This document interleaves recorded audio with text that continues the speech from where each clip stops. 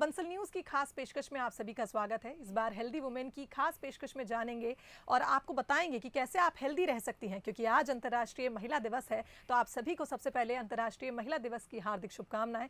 और आपको आज हम बता दें, आज हमारे साथ स्टूडियो में खास मेहमान मौजूद हैं।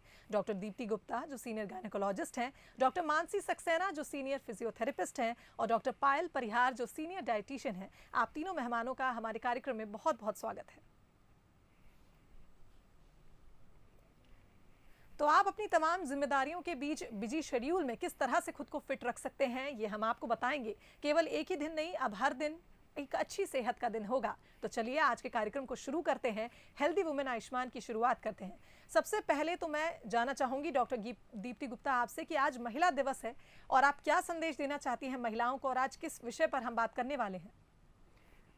सबसे पहले तो मैं महिला दिवस की सबको बहुत शुभकामनाएं देना चाहूँगी। A very happy women's day. मैं ये भी चाहूँगी कि मेरे दर्शक आज प्रण लें कि वो अपने परिवार, अपने पति, अपने बच्चों के साथ साथ अपना और अपने स्वास्थ्य का भी पूरा ख्याल रखेंगे। वो दिन में 1 घंटा सिर्फ अपने लिए रिजर्व रखेंगे। देखिए, अगर बच्चों की फेवरेट डिश बनना ज़रूरी है तो आपके लिए स्वास्थ्यवर्धक खाना बनना भी उतना ही ज़रूरी है। अगर घर का झाड़ू पोछा होना ज़रूरी है तो आपको एक्सरसाइज का टाइम मिलना भी ज़रूरी है। इसीलिए हाँ, महिलाओं को अपने स्वास्थ्य का ध्यान रखना बहुत ज़रूरी है। जब वो पूरी तरीके से हेल्दी होंगी तभी वो अपनी बाकी जिम्मेदारियां भी निभा पाएंगी। हम कहते हैं कि महिला अपने जीवन में 3 अवस्थाओं से गुजरती है। पहला होता है किशोर अवस्था, दूसरा जब वो माँ बनने की तैयारी करती है, और तीसरा मेनोपॉज। आज हम कोशिश करने वाले हैं कि इन तीनों अवस्थाओं में महिलाओं को क्या करना चाहिए जैसे उनका समग्र स्वास्थ्य ठीक रहे। जब मैं समग्र स्वास्थ्य कहती हूँ, इसका मतलब उनकी फिजिकल एंड मेंटल हेल्थ, उनका खान पान और उनकी फिजिकल फिटनेस। आज हम इन तीनों के बारे में बात करेंगे। बिल्कुल डॉक्टर दीप्ति गुप्ता, अगर शुरुआत करें तो सबसे पहले हम किशोर अवस्था की ही बात करते हैं। तो बच्चियां अभी जो किशोर अवस्था में प्रवेश कर रही हैं या जिनका पीरियड अभी शुरू हो रहा है, उनको आप क्या कहना चाहेंगी? देखिए, जब बच्चियां किशोर अवस्था में प्रवेश कर रही हैं तो उनके शरीर में बहुत से चेंजेस हो रहे हैं और वो कई बार घबरा जाती हैं। तो हमारी जिम्मेदारी बनती है कि उनके शरीर में जो चेंजेस हो रहे हैं हम उनको मेडिकली, साइंटिफिकली उनको समझाएं, जैसे कि उन चेंजेस को वो समझ सकें, उनको अपना सकें और उन चेंजेस के कारण वो बिल्कुल भी शर्म महसूस ना करें। वो तभी हो सकता है जब हम अपने आप में कॉन्फिडेंस हो। अगर हम अपनी सब बातें आराम से कर सकते हैं तभी हम अपनी बच्चियों को ये सिखा सकते हैं। दूसरी बात, जब बच्चे किशोर अवस्था में पहुंच रहे हैं, उनके पीरियड शुरू हो रहे हैं, तो इसकी भी पूरी जानकारी उनको देनी चाहिए। कई बार शुरुआत में पीरियड्स इरेगुलर होते हैं, मतलब हर 3-4 महीने में एक बार आते हैं। उसमें कोई चिंता की बात नहीं है, धीरे धीरे करके वो रेगुलर हो जाते हैं। इसमें हमें 2 बातों का ध्यान रखना चाहिए। पहला तो उनको पीरियड्स में बहुत ज़्यादा दर्द नहीं होना चाहिए। देखिए, सामान्य दर्द तो सबको होता है, लेकिन इतना दर्द नहीं होना चाहिए कि वो स्कूल ना जा सकें, कि उनको बिस्तर पे लेटना पड़े या उनको पेन किलर्स खाने पड़े। तो अगर इतना दर्द हो रहा है तो डॉक्टर की सलाह लें। और दूसरी बात कि उनके पीरियड्स बहुत हेवी नहीं होने चाहिए। हेवी माने कि पीरियड्स के समय ज़्यादा ब्लीडिंग नहीं होनी चाहिए, ज़्यादा खून नहीं जाना चाहिए। हमारे देश में वैसे ही एनीमिया माने कि खून की कमी बहुत ज़्यादा प्रेवलेंट है, और जब बच्चों में एनीमिया हो जाता है तो उनमें थकान होती है, चिड़चिड़ापन होता है, स्कूल में जो उनका परफॉर्मेंस है उस पर असर आता है।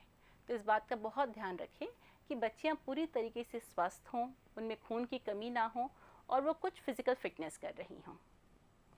बिल्कुल डॉक्टर दीप्ति, जैसा आपने कहा कि हमारे देश में बच्चों में एनीमिया बहुत होता है, तो अब मैं डॉक्टर पायल से जानना चाहूँगी कि किस तरह से बच्चों को खान पान में ऐसा क्या कुछ खाना चाहिए जिससे खून की कमी हो सकती है, खास करके उन किशोरियों को जिनके पीरियड स्टार्ट होने वाले हैं या जो जिनके पीरियड स्टार्ट हो चुके हैं।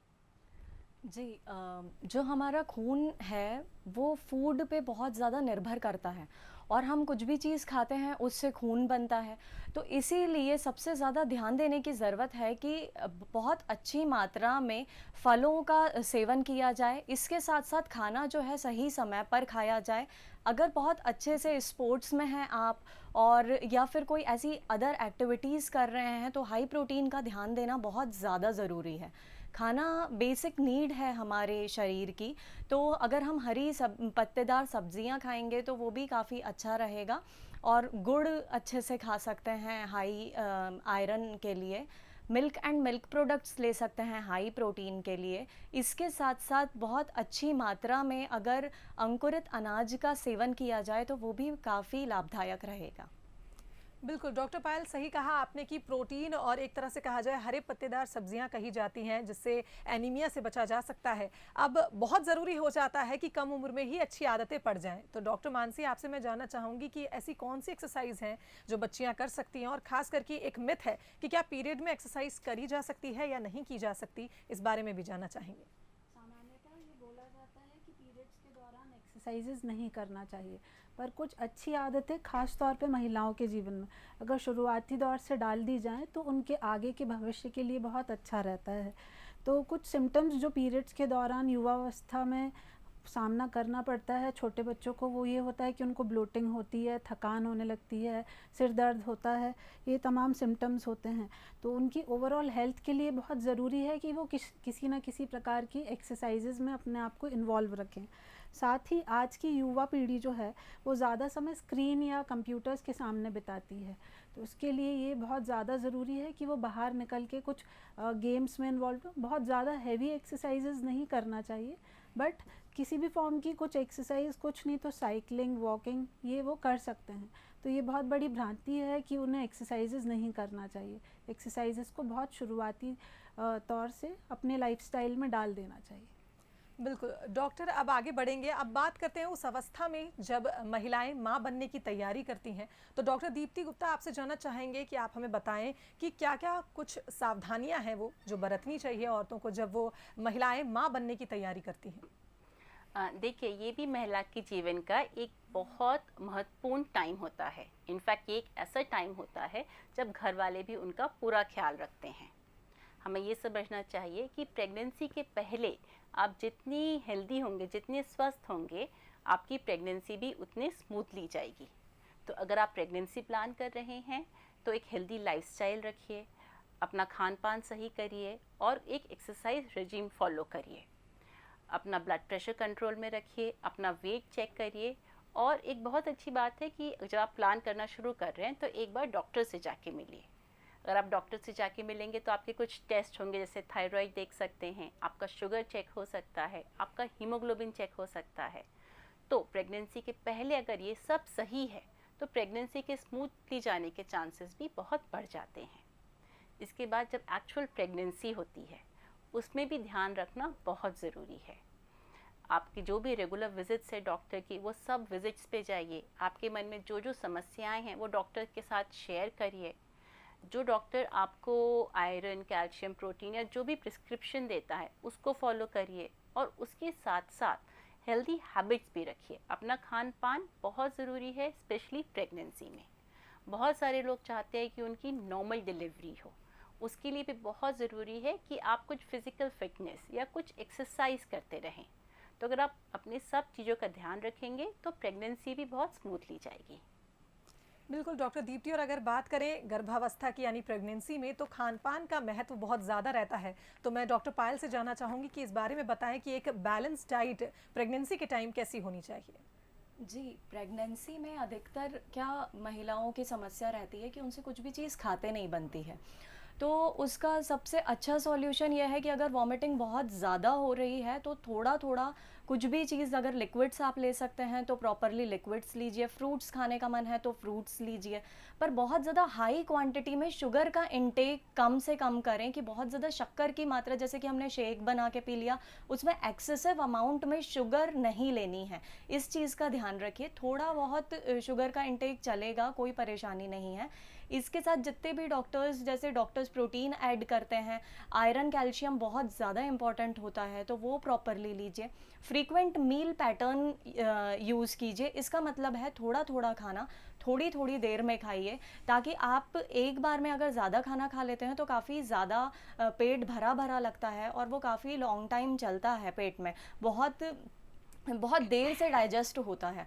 तो कोशिश करें कि कुछ ऐसी चीज़ खाएं जो थोड़ा थोड़ा हो, जैसे कि अगर आपने 2 रोटी खाई है और फिर थोड़े से फ्रूट्स खा लिए। 100 ग्राम्स हम जनरली कहते हैं नट्स खाने के लिए कि 100 ग्राम्स ड्राई फ्रूट्स आप ऐड करें तो वो बहुत बेनिफिशियल होगा। इसके साथ साथ फ्लूइड इनटेक, मतलब कि नारियल पानी, जूसेस और मट्ठा आप पी सकते हैं, तो ये आपके हेल्थ के लिए बहुत ज़्यादा बेनिफिशियल होगा। बिल्कुल। डॉक्टर मानसी, अगर बात करें एक्सरसाइज की, तो एक बहुत बड़ी दुविधा में लोग रहते हैं, मन में उनकी दुविधा होती है कि क्या प्रेगनेंसी के टाइम पे व्यायाम किया जा सकता है, तो इस बारे में आपसे जानना चाहेंगे। जी बिल्कुल। एक्चुअली पुराने ज़माने में लोगों को बोला जाता था कि आप ड्यूरिंग प्रेगनेंसी आपको एक्सरसाइजेज नहीं करना है, पर ये बहुत बड़ा भ्रांति है या मिथ्या बोल सकते हैं।